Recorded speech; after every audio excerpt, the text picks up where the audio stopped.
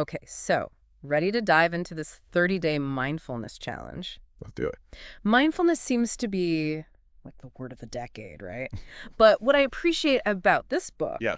it's not some vague mystical thing. It gets right to the point. Practical stuff. It really is. Like, here's a toolkit, not just theories. Exactly. And it tackles the stuff we actually struggle with, Tech Mm. overload, sleep, Mm, even just finding time to be creative. totally. Which, by the way, you highlighted some really interesting bits about mindful movement and journaling. What was it about those that grabbed you? You know what's fascinating? The way it makes mindfulness part of your everyday routine. Oh, interesting. It's not about adding more to your plate. It's like Right. shifting how you see what's already there, you know? Okay, that I like. So the book starts by explaining what mindfulness is, being present, but then it goes into why we should even care. Yeah, and it makes it relatable. Okay. Connects it to real benefits. Less stress. Yeah. Sharper focus. Yeah. It even mentions how mindful breathing can lower your blood pressure, which I was surprised by. Seriously. So it's not just like some hippy-dippy thing. There's actual science backing it up. Right. It delves into some brain sciencey stuff. But the cool thing is, it emphasizes that even 1 minute of mindfulness can make a difference. Wait, hold up. 1 minute. You're losing me. I can barely remember what I ate for breakfast, let alone clear my head for a whole minute. I know, right? Yeah. But picture this. You're waiting for your coffee to brew. Instead of scrolling on your phone, you take 60 seconds just to hear the sounds around you, feel the warmth of the mug in your hand. Huh. It's like a mini vacation for your mind. Okay, now you're talking. Yeah. That I can get behind. Speaking of getting behind things, the book talks a lot about setting intentions, not just goals. What's the difference? Intentions are about the why. Like, why are you doing this? Okay. It's not about checking off meditate for 20 minutes on your to-do list. It's more like asking yourself, what qualities do I want to embody today? Patience, focus, creativity, whatever resonates with you. So it's like setting your internal compass before you even start your day. Exactly. And there's this fascinating section about how, like, reflecting on your values before you go for a walk can actually make you more present during the walk. Really? Yeah. It's like your senses are primed to notice things that matter to you. Wow, that's kind of wild. Almost like you're sending a memo to your subconscious, like, hey, pay attention to this stuff today. Precisely. Yeah. It's about aligning your awareness with your values, which I think is really cool. I love that. Now, you highlighted some really interesting chapters: mindful walking, journaling, even technology use. It's one thing to talk about mindfulness in general, but I love how this book gives you concrete ways to actually APY it. What struck you about those sections? Well, they're all about turning everyday things into opportunities to be mindful, right? Like, take mindful walking. It's not just about being outside. It's about Yeah. using your senses. What do you hear, smell, feel? You're turning a regular walk into this whole sensory experience. So cool. And for journaling, it's not about just recounting your day. Right. It's about using prompts to uncover things about yourself. The book even suggests journaling after a mindful walk. Oh, wow. So you're not just walking, you're thinking about the experience, what you thought about, how it made you feel. It's like building a mindfulness toolkit, piece by piece. And it tackles technology use head on, which I know is a big one for a lot of us. It is. And it's not about some big digital detox, It's about being more mindful about how we use technology. Right. Setting boundaries. Being present during meals instead of scrolling. Right. Oh my gosh, I'm so guilty of the mindless scroll at dinner. Like, hey, food, nice to meet you. Now back to my phone. Exactly. And the book suggests simple things like turning off notifications during meals. It's about creating mindful rituals around technology, not letting it run the show. I love that idea. Creating rituals instead of just letting tech run the show. What I'm picking up on here is this book is really about presence, about like waking up from autopilot and actually experiencing our lives. Am I on the right track? You are so spot on. It's about shifting from a mode of doing to a mode of being. It's about savoring each moment, whether it's enjoying a meal or just feeling the warmth of the sun on your skin. Which, let's be honest, is way easier said than done. Oh, tell me about it. Our minds are like ping pong balls bouncing between thoughts all day long. You're telling me, but you know what? This book acknowledges that. It doesn't pretend that mindfulness is about, like, silencing your thoughts completely. Right. It's about noticing them without judgment and then gently bringing your attention back to the present moment. So it's not about becoming some kind of Zen master who never gets frazzled. It's about, like, learning to navigate the chaos with a little more awareness. Precisely. It's about recognizing that distractions are a normal part of the human experience. We get caught up in thoughts about the past, anxieties about the future. That's okay. The key is to recognize those thoughts and choose to bring our attention back to the present. That makes a lot of sense. It's not about erasing our thoughts, it's about choosing where we focus our attention. Exactly. And it's like training a muscle. The more you practice bringing your attention back to the present moment, the easier it becomes. Okay, so how do we actually flex that muscle? What are some practical techniques we can use to become more present? Well, the book offers a bunch of exercises, things like mindful breathing, where you focus on the feeling of your breath, and then there's body scan meditations, which, I'll be honest, I was a little skeptical about at first. Body scan meditations. Okay, what are those? It might sound kind of out there, but it's really pretty simple. You systematically bring your attention to different parts of your body, starting with your toes and slowly moving up to the top of your head, and just notice any sensations, like any tingling, warmth, tension, without judging it. It's like a mini vacation for your mind and body. Wait, so you're just like noticing your body. That's it. That's the beauty of it. It's about reconnecting with your physical self, Hmm. feeling the ground beneath your feet, the weight of your body in the chair, the gentle rise and fall of your breath. Huh. I never thought about it that way. It's like you're grounding yourself in your physical presence, which can be really helpful when your mind is racing. Exactly. It's about anchoring yourself to the present moment through your physical sensations. Okay, that's pretty fascinating. And you mentioned mindful breathing. Is that really as simple as it sounds? It can be. You don't need any fancy equipment or mantras. You just find a comfortable position, close your eyes if you want to, and bring your attention to your breath. Notice the rhythm of your inhales and exhales, how it feels when the air enters and leaves your nostrils. I've heard people talk about focusing on your breath, but I always thought it sounded a little, I don't know, too simple. I get it. But sometimes the simplest things are the most powerful. Your breath is always there. It's a constant anchor to the present moment. And when you find your mind wandering, you can gently bring it back to your breath without beating yourself up about it. Okay, so we're learning to be present, we're noticing our distractions. What else? What's like the next step in this whole mindfulness journey? Well, the book talks about setting intentions. And they're different than goals, like we talked about before. It's more about the qualities you want to bring to your day, like patience, kindness, focus, those kinds of things. So it's less about checking things off a to-do list and more about how you want to move through your day, almost like you're choosing your own internal weather pattern, you know? Exactly. It's about asking yourself, okay, what kind of person do I want to be in this moment? Do I want to be reactive and stressed out, or do I want to be calm and collected? It's about making a conscious choice, about the energy you bring to each interaction, each task. I love that. It's like setting your internal compass and saying, this is the direction I want to head in. Precisely. It's about making sure your actions match up with your deepest values and hopes. And the book gives you some really cool exercises for figuring out what your values are and setting intentions that really matter to you. That's fantastic. Now, you highlighted the section on 1-minute mindfulness, which honestly sounds like something I could actually do, even for a mindfulness newbie like myself. It is, right? Even just those little moments, those pockets of presence throughout your day. Okay, I'm intrigued, but I'm still a little skeptical. What can you really do in 1 minute? It's not about, like, reaching nirvana in 60 seconds. It's Yeah. more about hitting the reset button in the middle of the craziness. Okay, I like where you're going with this. So give me an Right. example. Okay, so picture this. You're at work. You're feeling totally overwhelmed. Been there. Right. Take 1 minute. Just focus on your breath. Or say you're running around doing errands. You're feeling The stressed. story of my life. Pause for 60 seconds. Really tune into your senses. What do you see? What do you hear? What do you feel? It's like a mini vacation for your mind. Okay, I am putting mini vacation on my to-do list today. That sounds amazing.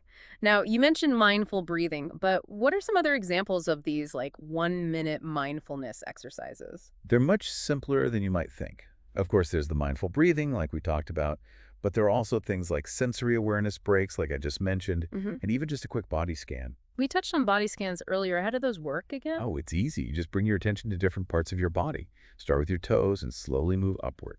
Just notice any sensations you feel, maybe some tingling, warmth, tension, whatever comes up, but don't judge it. Just notice it. Interesting. It's really like a mini vacation for your mind and body. Okay, that mini vacation is sounding better and better. You know, one thing I really loved was the section on mindful walking. I mean, I go for walks all the time, but I never really thought of it as a mindfulness practice before. It's one of the easiest ways to bring mindfulness into your everyday routine. The book encourages you to really engage your senses while you walk. Okay. Notice the colors of the leaves, the feeling of the breeze, the sounds of birds. It's really about turning a simple walk into a full-on sensory experience. That's beautiful. I love that. See, I'm usually the one who pops in my headphones and just zones out. It never occurred to me to actually, like, pay attention to what's around me. And you can even take it a step further and pair it with journaling. Like afterward, take a couple minutes to jot down any thoughts, feelings, or even just things you observed during your walk. It's like a double whammy of mindfulness. I love it. Speaking of journaling, the book also talked about how journaling can be this awesome tool for self-discovery, right? Totally. And this is not your teenage diary filled with boy band obsessions or anything. This is about using prompts to help you understand yourself better. Okay. The book suggests things like reflecting on your values, thinking about what your strengths are, even exploring areas you want to work on. So less about recounting your day and more about digging a little deeper, huh? Exactly. Yeah. And the book talks about how powerful this can be for like managing stress, processing your emotions, even becoming a better problem solver. That's incredible. Okay, another chapter that I know is going to resonate with a ton of listeners, myself included, is the one on mindful technology use. I mean, let's be real. It's so easy to get sucked into the black hole, the internet, and forget to look up. Oh, tell me about it. Yeah. It's constant struggle. Hmm. The book really dives into this, giving tips on things like setting boundaries with your devices, being more mindful of how you're using social media, and taking breaks. Okay, so this isn't about throwing your phone in the river and living off the grid. Unless that's your thing. No judgment. It's really just about being more intentional. The book encourages you to ask yourself, is this technology actually doing something good for me right now? Or is it just distracting me from, my life? Right. It's about being in control, making conscious decisions instead of just automatically reacting. I love that. And you know what? I am so guilty of, like, I'll catch myself just scrolling through Instagram. I'm not even thinking about it. We've all been there. But the book has some great tips for things like turning off notifications, setting time limits for certain apps, even creating spaces in your home where you're just like, no phones allowed. I like that. Reclaiming our attention. Okay, shifting gears a bit. The book also delves into mindful eating, which, full disclosure, I could use some help with. I am a champion speed eater. Oh, you and me both. Yeah. But you know what? This book's approach to mindful eating really spoke to me because it's not about dieting or like restricting yourself. It's about actually savoring your food and paying attention to what your body's telling you. So instead of scarfing down a sandwich between emails, Right. it's about actually being present with your food. Exactly. The book talks about using all of your senses when you eat. Okay. Really noticing the colors, the textures, the aromas, how everything tastes. It's about turning mealtime into an experience. It's funny, we tend to rush through the thing that's supposed to be nourishing us. I know, right? We forget to actually enjoy it. Totally. Yeah. And the book even suggests this great exercise. Try eating, like just a single raisin or a piece of fruit really slowly, paying attention to every little detail. It's such a good way to bring mindfulness into a simple snack. I love that. Yeah. You know, something I haven't given much thought to, but I'm curious to learn more about, is this whole idea of mindful self-compassion. Ah, that's a good one. This book really digs into that, and I think it's so important, especially these days when we're constantly bombarded with messages that make us feel like we're not good enough. Oh, 100%. What exactly does it mean to be more self-compassionate, though? Think of it like this. Would you talk to your best friend the way you sometimes talk to yourself in your head? Oh, that's a good point. Right. The book reminds us to treat ourselves with kindness, to remember that everybody makes mistakes, and that challenges are just part of life. It's so much easier to show compassion to other people than it is to ourselves. Why do you think that is? I think it's because somewhere along the way, we were taught to strive for perfection, and to be hard on ourselves when we fall short. But this book encourages us to challenge that. Right. It reminds us that we deserve kindness and understanding, too, especially when we mess up. I love that. So how do we actually work on being more self-compassionate? Well, the book breaks it down into three main parts: self-kindness, common humanity, and mindfulness. Okay, break that down for me. Okay, so self-kindness is all about treating yourself with the same warmth and understanding that you would offer to someone you care about. Common humanity is about remembering that you are not alone in your struggles. Everybody goes through tough times. And then mindfulness, in this case, it's about Paying attention to your thoughts and feelings without judging them. Like Hmm. noticing when you're being hard on yourself and choosing to be kind instead. It's like creating a safe space within yourself where it's okay to not be perfect all the time. Yes, exactly. It's about embracing your humanness, flaws and all. I love that. Now, another area where mindfulness can be super helpful, and I think a lot of people struggle with this, is communication. Oh, absolutely. I mean, how many times have you been in a conversation and you're not really listening, you're just waiting for your turn to talk? All the time. Guilty as charged. Right. But the book talks about this idea of mindful communication, which is all about being present and engaged in your conversations. So it's about more than just the words themselves. Exactly. It's about truly listening to what the other person is saying, paying attention to your own body language, and being genuinely curious about what they have to share. I can see how that would take practice, especially in today's world. For sure. But the book offers some helpful tips, like making eye contact, asking questions that help you really understand what they're saying, and really taking the time to process what they've said before jumping in with your own 2 cents. I love that. It's not about becoming some communication guru overnight. It's about making small changes to be more aware. Exactly. It's about approaching conversations with, a sense of purpose and presence, rather than just letting your mind wander off or getting stuck in your own head. Now, one thing that really resonated with me was the book's honesty about practicing mindfulness isn't always easy. It's not all sunshine and rainbows. It's not always easy to stay present, especially with everything going on in the world today. Totally. And the book actually dedicates a whole chapter to overcoming obstacles to mindfulness. Yeah. It acknowledges that, hey, challenges are going to come up. It's normal. Okay, so we're not alone in our struggles. What are some common obstacles people face, and how does the book suggest we deal with them? Well, it talks about common things like mind wandering. And let's be real, our minds are professional wanderers, Oh, yeah. right? It also talks about feeling overwhelmed and dealing with tough emotions, like when you're feeling anxious or frustrated. The key, the book says, is to be kind to yourself. So it's not about beating yourself up when you get distracted or discouraged. It's about acknowledging it with kindness. Exactly. Like instead of immediately going to, oh, I'm so bad at this, Yeah. try shifting to, it's okay, this is normal. My mind is just doing what it does. Yeah. It's about bringing a little gentleness and understanding to the whole process. I love that. That's a really good way to look at it. So the book also offers some specific strategies for overcoming these obstacles, right? Absolutely. It talks about the importance of starting small and being patient because you wouldn't expect to run a marathon without training, right? Right. Mindfulness is similar. It's something you practice. It's not a destination.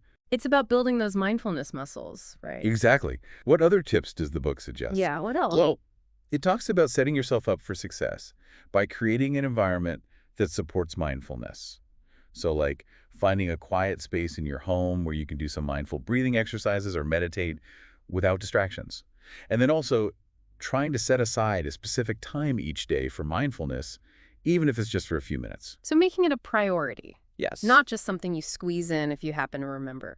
I'm sensing a theme here. Totally. Mm. It's about being intentional about making time for it and choosing to do things that'll help you, be more mindful. And the book also really stresses the importance of finding what works best for you, right?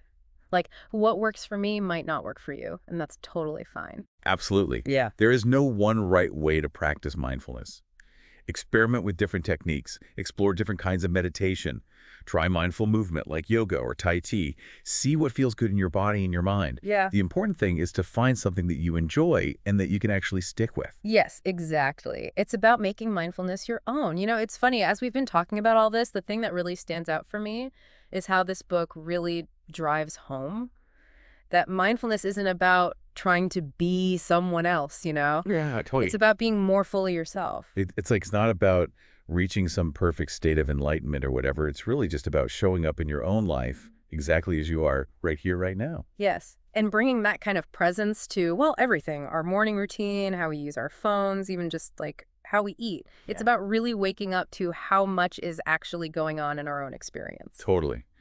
And the book has so many good tips for how to do that. One thing we haven't talked about yet is this idea of creating mindful routines. Oh, tell me more about that. I like the sound of that already. So it's kind of like we were talking about before, about making mindfulness a natural part of your day. Like maybe you start your morning with a few minutes of mindful breathing, or you take what they call a sensory awareness break during your lunch. Right. There are all these little things you can do. So it's about finding those moments, those little pockets of presence that fit into your life, not trying to fit yourself into some like mindfulness mold. Exactly. It's about making mindfulness work for you, not the other way around.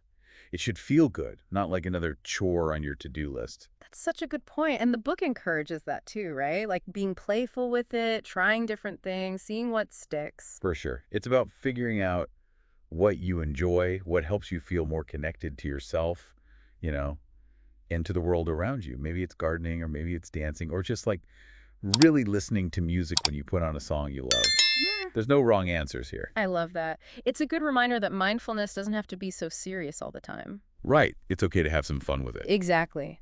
Now, speaking of challenges, I know some people listening might be thinking, this all sounds great, but I'm just not good at mindfulness. Oh, yeah. My mind is way too busy, or I'm just not wired that way. Have you heard that before? Oh, absolutely. It's so common.